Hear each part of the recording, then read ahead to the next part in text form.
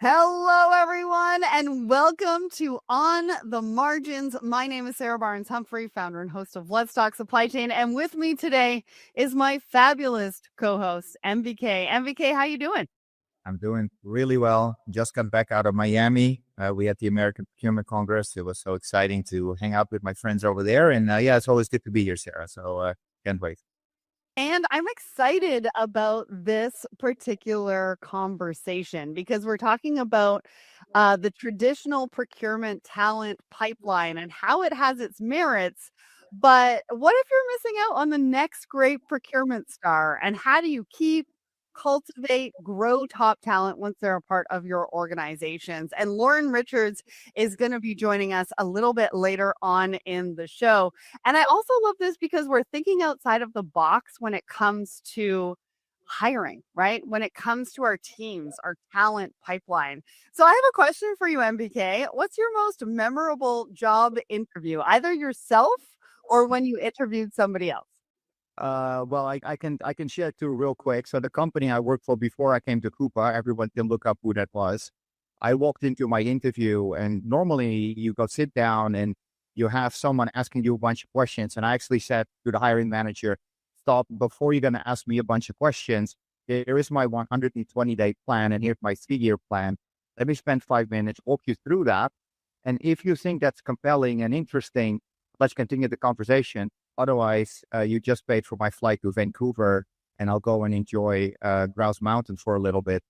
And he looked at me like, "What is going on here?" So it could have gone two ways. It could have gone really well, which it did. But it could have also gone another direction, which is, okay, go and enjoy Grouse Mountain. So that was very memorable. And I highly encourage everyone to do that in their next interview. Bring your plan. Don't just be interviewed, but also interview the person that's hiring you to make sure you build some sort of rapport. And the second one is I hired somebody, but for 45 minutes, and he will remember who this is. All we did was talked about the Premier League. And we only talked about football, 45 minutes football, and I still hired him. So those were probably two of my more memorable situations. I hope it makes sense. So know who you're talking to and know what they're into, what they like. That's ultimately what you want, right? We're going to talk about that. But what about you, Sarah? Why don't you give us your most memorable interview?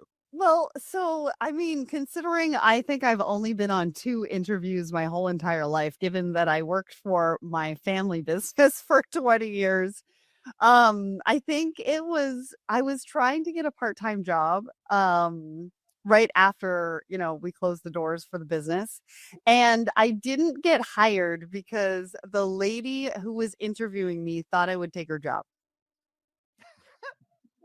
So I found out like 3 months later because there was 2 ladies who interviewed me, and the one lady pulled me aside when I saw them a little bit later, and she was like, "Yeah, you didn't get hired, not because of you didn't have the qualifications. You were overqualified, and they thought you were going to take your job."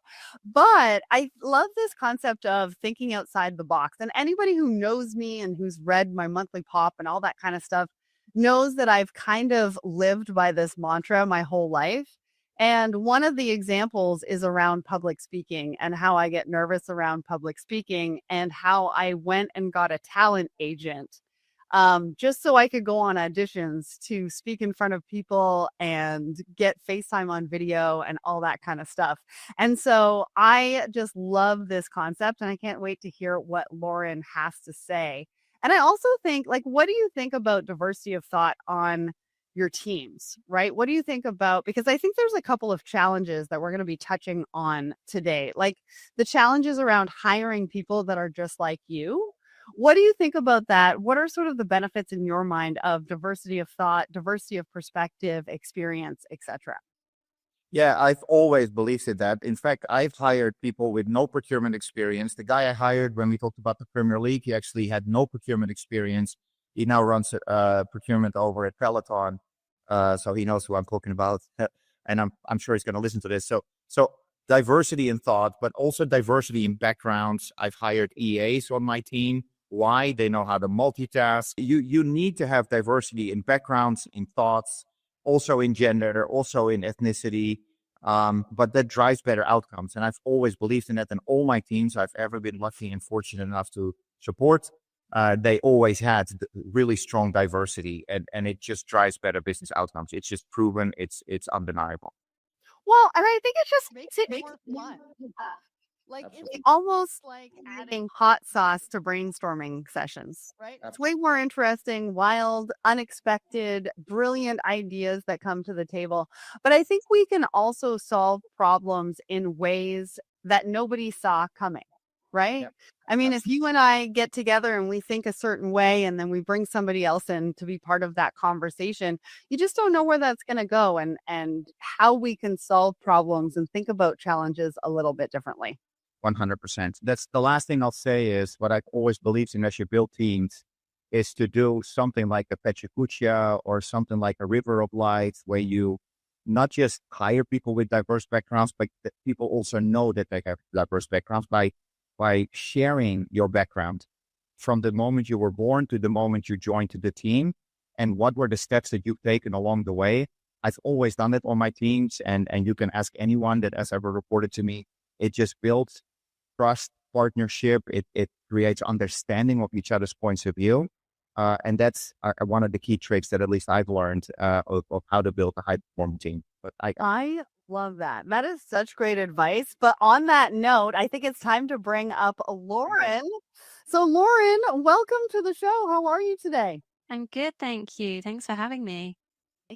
Awesome. well, we're super excited to have you. I am a big fan. I hope you can start.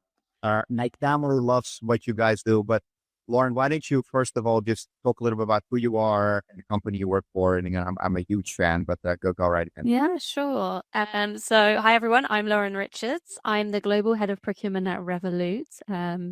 I have over a decade, which seems like a really long time now, of experience leading procurement teams and kind of growing new procurement functions in large retail, tech, and fintech sectors. So prior to Revolut, I was at Amazon, and before that, about 10 years in all the big retailers in the UK.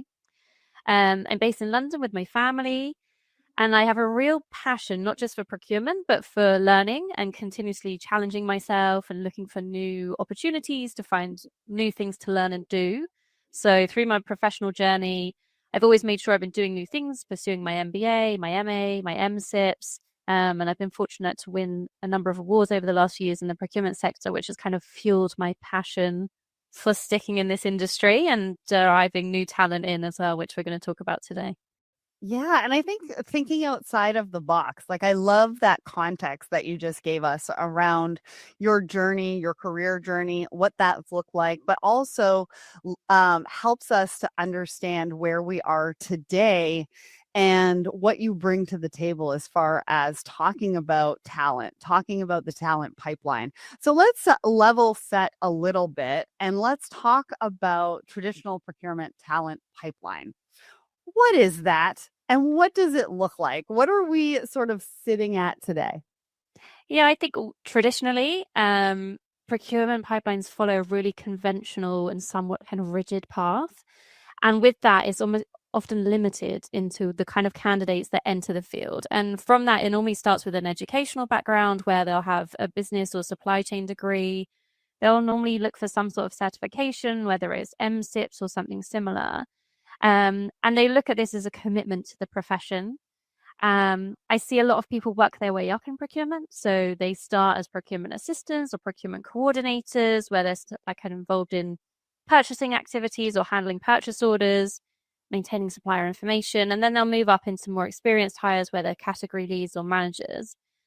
My issue with this is not that we don't find top talent, because we do. And there's lots of really good people in the industry. And I also follow the same background, so I can't hopefully write us off as people who aren't bringing good things. But it really narrows the candidate pool. People come from similar educational and career paths.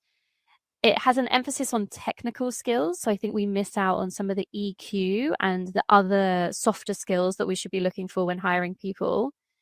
And as you guys have already mentioned, there's a limited focus on diversity. And the trends tend to be on certain types of candidates, kind of seeking people who fit a specific mold. And this often leads to limited diversity in thought, skill, and in experience. Yeah, and especially in the era of AI, where everything is going, it's even more important that we stop thinking about the traditional hard-ass negotiator that is just focused on driving out costs, and it's more about, some of the softer skills. And I'm sure We can talk about that in another session. But when I ask you, like, what do you think people will miss when they dismiss these potential candidates who don't match that traditional background? Yeah, sure. So I'll give you a scenario that happened to me a few years ago when I was working for a really well-known retailer in the UK. And we had a job out to market for a while that was for a head of procurement facilities manager. And we were continuing to see what I would say were good people. They were good, they were fine, they would have done the job well. But we were on a journey where we were trying to go through an acquisition. We wanted to make sure that we had the top talent in this area who could look at the synergies and really drive kind of big change, like award-winning, would be known in multiple industries for what they've done. Excuse me. And a friend of mine reached out and said, can I just recommend someone for this job? And I was like, yeah, absolutely. Assuming it was going to be someone else with a procurement background, given the level we were talking about this person coming into. And they actually put forward a sales director from a facilities company. So someone who really understood the facilities world and had inevitably sat on the other side of the table to our teams multiple times through their career. What they brought was the right skill set, right? They negotiate day in, day out. They know all the tactics that the sales team would have when they're going to sit on the other side of the fence. They understood the retail market and the facilities market. And they really brought with them like a hunger for change. And one of the things I really liked wasn't just that they came from a different background and industry, but they were at a different stage in their career to make change. So they were much later into their career than someone perhaps starting in procurement when they finished education or in a lower level job. They were making a life change and were super passionate and enthused about it. So with that, we kind of gained some creativity and problem solving, because he came in and was like, well, I don't know why you guys look at it like this. If it was me, I would flip this on its head. Like, why do you always offer contracts for this length of time? Like, this would really test them. If you offered them 10 years, what could that do? We'd never considered things like this before. He was being really data driven with his insights because he was used to being target driven in his sales background. And he was using different data points than we had previously, which really helped us optimize our processes and change our decision making, not just in the area he took over, but across our procurement departments. He brought with him that cross-industry experience, a lot of contacts, a lot of other thoughts. So where we were saying we just want to run this tender, he was going, oh, have we thought about doing a joint venture? Could we do a bit of this in-house? How can I help? And then he gave us some fresh perspective along with flexibility. So whereas, like you mentioned, there's new things coming to market, especially with the rise of digital technologies and AI and sustainability concerns, candidates who've navigated transitions in their careers have the ability to quickly adjust. So I find they're less structured in saying we've always done it this way, or we only follow this path because that's what the rest of the teams are doing. He was very open to say, yeah, I'll give it a try, or maybe we could test a couple of options or something new. And that adaptability really helped us shake up not just the area he came into, but the rest of it. Yeah, and I think I just want to jump in there because some conversations that I've had, especially with the supply chain side, there's a ton of disruption. And what I've been hearing a lot recently is innovation, creativity, strategic thinking, and where we go from here comes from the uncomfortable conversations. And I think that's what you're talking about. That's what somebody outside of procurement can bring to a discussion to say, hey, wait a second.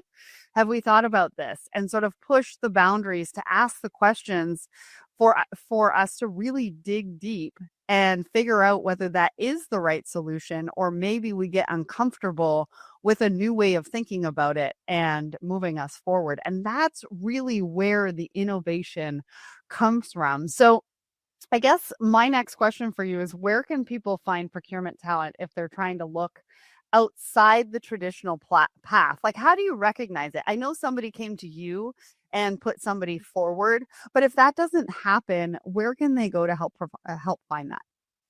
So I think what I've changed in my career when I'm hiring people now is I don't look for a specific background. I look for a skill set.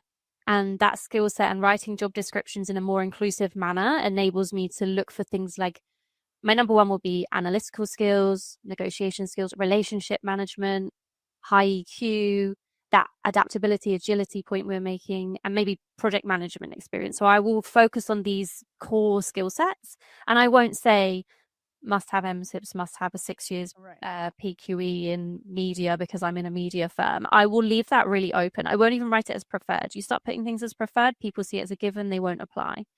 Along with asking people for recommendations, I find a lot of these moves for talent that comes from a different background is an internal move. It gives someone an element of safety because they're still within an organization where they know things and they know people know what they're doing. And they can almost say, well, I'll go back if it doesn't work out. They have that buffer. So often internal moves are a really great opportunity to do this. And I think another good thing to do is when you have like a maternity cover or a short fixed contract, that's a real opportunity to encourage people from different backgrounds to give it a go and say, well, it's not forever. Like, come do it for 9 months. Let's see how it goes. They might then encourage other people through speaking, podcasts, blogs, whatever they want to do. So I do think there are multiple ways to do it, but I do try and focus on the skill sets. And I think in the future, what would be nice is if procurement was spoken about more in early education. In lots of countries, it's not. We catch people at university, Right. or people fall into it, which is great. But I think we miss out on selling procurement kind of as a career. Lots of my my own children, my nieces, my nephews, they want to do finance. And I'm like, yeah, but you know, there's procurement. It's like the full version of finance. So we still see the numbers, but hey, we hold the budgets. I get to spend other people's money. It's fantastic. So I think, yeah, there's something that we as an industry need to improve on is selling ourselves into different areas. But I certainly think in the new wave of technology and all these startups that are appearing around the world, this will hopefully enable procurement to be something people at least try. I love that. We're going to bring you back and talk about the reputational problem we still have and how we can fix that. I think that's what you're referring to, and I love that. So could not agree more. Another thing that we want to talk about is, and I've struggled with this in my own, career, is retention. Talent retention. So once you have them, you nurture them, you develop them, because there is a lack in talent. Often you see. And part of that is, I think, is also part of being a leader is to develop people. But how do you retain them? And that's something that I've struggled with. Sometimes proud that people move on to higher pastures, of course, but also bringing talent in and retain them. And sometimes people see procurement as a stepping stone to other things, or maybe they just give this procurement thing a try. And it can be tough to hold on to some really incredible people. So the question I have is, Lauren, is, how do you develop and nurture talent that you bring into your teams? Yeah, sure. It's a great question, and I guess a challenge of any leader. Earlier on in my career, I used to make people fall in love with the team they were in. And I soon learned that was short-lived, because it meant that if I wasn't there and I moved or did something different, they would want to move with me. And I wasn't leaving a team in place that was structured to help the business. So I fostered an environment where people love their job. And I don't try and tell them it's procurement per se. As long as they love what they're doing when they wake up every morning. And in different companies, my team are responsible for very different things. In some teams, when I've had global teams, some countries see procurement as quite transactional. In other teams, it's very strategic. Some people do category planning. Some people are responsible for big negotiations or budgets. And it can mean so many things to so many people. But I try to look at each individual, if I have capacity or if my leads have for their own teams, and say, like, what is it you're trying to get out of this, and really understand their individual driver and how we can give them something. You can't give everyone everything. I'm sure my team would love to tell me, like, hey, we all want to be on the cool project negotiating this deal. Nobody wants to be doing spend approvals. But I try and give everybody something that they love, that they feel passionate about.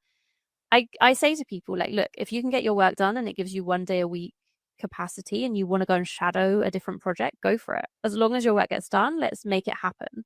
And I find that when people enjoy their jobs, they're inclined to take on more, to do new things, to develop, to grow and roll. And where I want them to be is either moving into my shoes and saying, like, shove over, Laura, and off you go, it's my time to shine, or coming up with new ideas. So I'll say to my team, come to me quarterly and tell me what you would like to be on your roadmap that I haven't already got for you to do, and let's discuss it and make it happen. So I kind of put a bit of the emphasis back on them to Yeah. plan their own career and to stay in the role.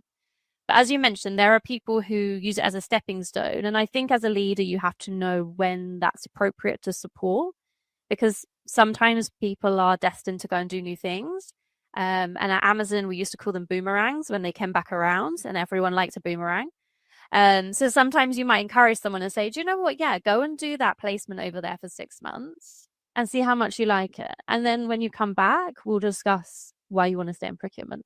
And I think a bit of it is, as we mentioned, like how we sell ourselves. I sometimes have to remind myself, if you have a tough day where you're back-to-back calls all day and you go, what have I actually achieved?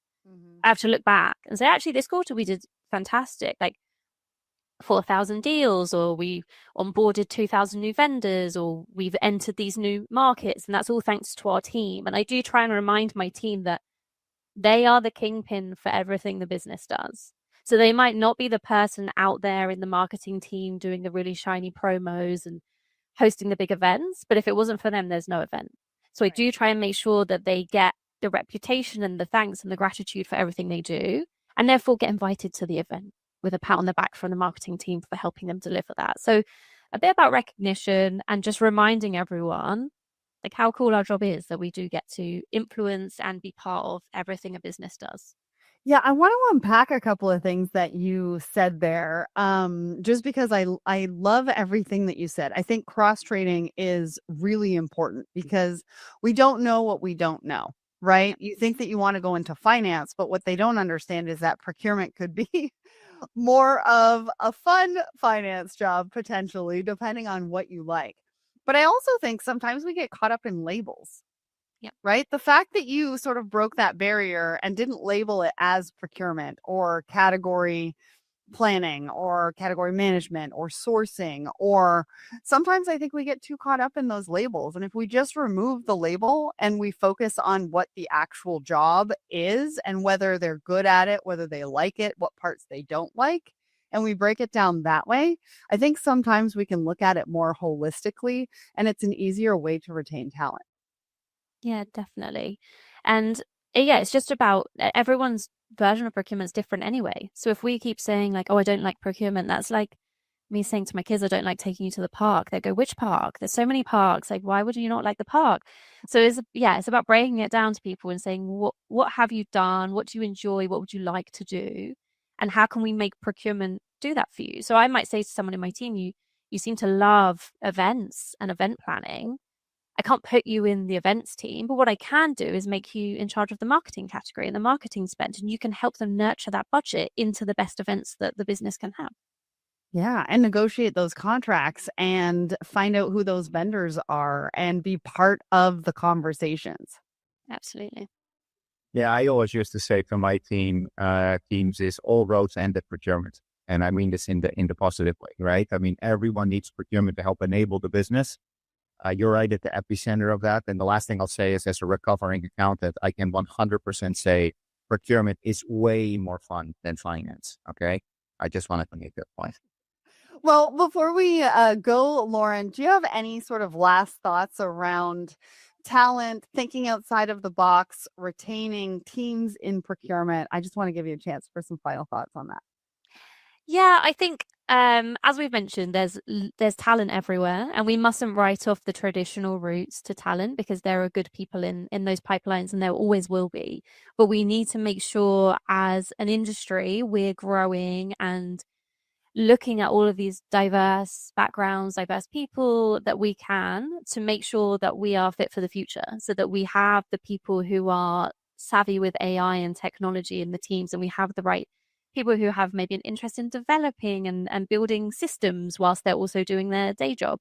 So I think there's a lot of opportunity for us to grow as like in different teams, but we should also work on that piece about how we speak and coach and talk about procurement as a great place to work, as somewhere where people can almost do anything and influence and be part of anything that they want to be in a business, because as you mentioned, MPK, they're the epicenter and are required for getting things done. Getting things done. And Well said. I love that. Well, Lauren, thank you so much for joining us on the show today. It is now time to get to trivia.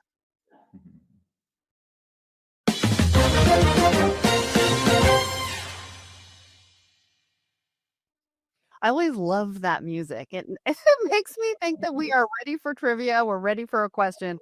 So, just to let everybody know, we've got a pickleball set up for grabs if you are one of the first people to answer this question correctly in the comments. So, the question that we have for you today is, how can a company effectively cultivate and retain procurement talent in a competitive market?